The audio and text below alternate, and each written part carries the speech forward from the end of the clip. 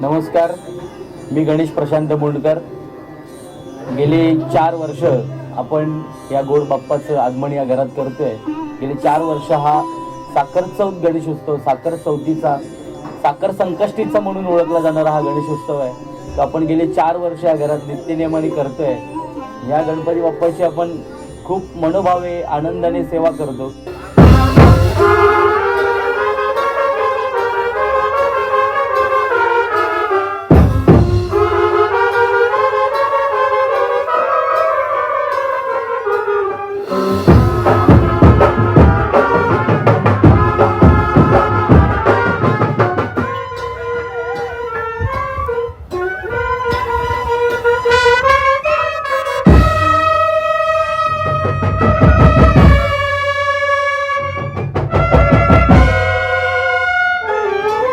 दरवर्षी आपण वेगवेगळे कन्सेप्ट असतात.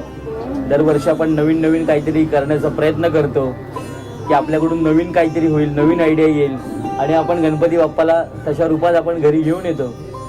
जसं की यावर्षी तुम्ही बघू शकता की साईलीलाच्या पालखीमध्ये आपण बाप्पाचं, साईलीलाची जशी पालखी आहे, साईलीला मंडळाची जी पालखी आहे, त्या पालखीमध्ये आपण बाप्पाचं विराजमान, बाप्पाला आपण बसवलं आहे. आता साईलीला आणि माझं एक वेगळंच नातं आहे. म्हणजे खरं तर आयुष्य जगायला शिकलो त्या साईलीलामधून. साईलीला आणि मी म्हणजे खूप असं वेगळं, एक वेगळा आनंद आहे. आणि आज माझ्या घरात जी साईलीलाची पालखी आहे, म्हणजे मला म्हणजे असं शब्दात सांगता येणार नाही की हा माझा आनंद काय आहे. आणि ही जी पालखी आपण बनवली आहे त्याच्यामध्ये जे बाप्पा बसले आहेत, म्हणजे लोकांचं रिॲक्शन, लोक एक मला सांगतात की अरे तू जे केलंयस आणि हे काय आहे, असं वेगळंच काहीतरी कन्सेप्ट होतं यावर्षी. आणि खूप सगळे खुश आहेत. साईलीला मंडळामध्ये पण खूप जण असं खुश झाले बघून, आणि इतर लोक पण अरे पालखी क्या बात आहे. आणि म्हणजे बाप्पाची सेवा म्हणजे तर बाप्पा आणि आपण, की आपण बाप्पासाठी जेवढं करू ना तेवढं कमी आहे. कारण का ही 2 दिवस जी आपण सेवा करतो ना, ती बाप्पा वर्षभर कधी कुठली गोष्ट आपल्याला कमी पडून देत नाही. तसंच आहे ह्या साईलीलाचं पण तसंच आहे की आपण जेवढी सेवा करू, जेवढा आपण मनोभावे करणार ना, कधीच आपल्याला कुठल्या गोष्टीची कमी पडत नाही. आणि खूप आनंदाने आणि समाधानी आहे मी या सगळ्या गोष्टीत. म्हणजे असं कधी कुठे कमी पडून दिलं नाही. आणि हाच अनुभव या बाप्पाचा आणि या साईलीलाचा आहे. या दोन्ही गोष्टी म्हणजे बोलतो ना, या दोन्ही गोष्टी जीव आहे माझा. त्या दोन्ही गोष्टी एकत्र एका फ्रेम मध्ये आपण बघतोय ना, तर ते मी असं शब्दात सांगू नाही शकत की मला नक्की काय वाटतंय आणि नक्की माझ्या फिलिंग्स काय आहेत. खूप असं छान आणि खूप असं भारी, आणि लोकांना पण खूप आवडलंय. लोक म्हणजे असं खूप कुठून लांबून असं बघायला येतात की अरे नक्की पालखी ओरिजिनल आहे का, की असं काय आहे की बाप्पा असं एवढा छोटा आहे आणि एवढं भारी वाटतंय. असं लोकांना पण असं आनंदी वाटतंय ना, त्यांचं बघून तर मला अजून खुश होतंय. मी अजून खुश झालोय त्या गोष्टीची. आणि एवढ्याचं आपलं छोटंसं घर आहे, त्या छोट्याशा घरात आपण एवढं करतोय, लोकांना त्याचं कौतुक वाटतंय. त्यामुळे सगळं एकदम भारी वाटतंय. असं छान फिलिंग आहे माझ्यासाठी.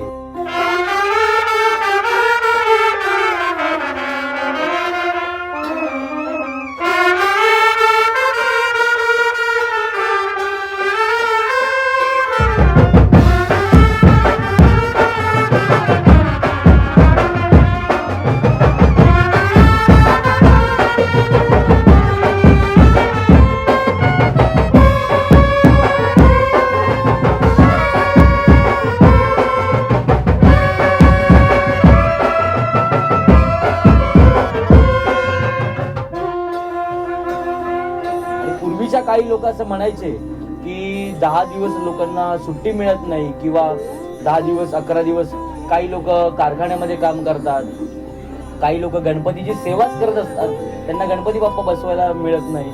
तसं माझं पण तसंच आहे की एक छोटंसं कारण असेल त्याच्या मागे, की एक माझा पण असा छोटासा व्यवसाय आहे. मग मला 10 दिवसात गणपती बाप्पाची अशी सेवा करायला नाही भेटत, पण तशी सेवा मी नक्की करतो.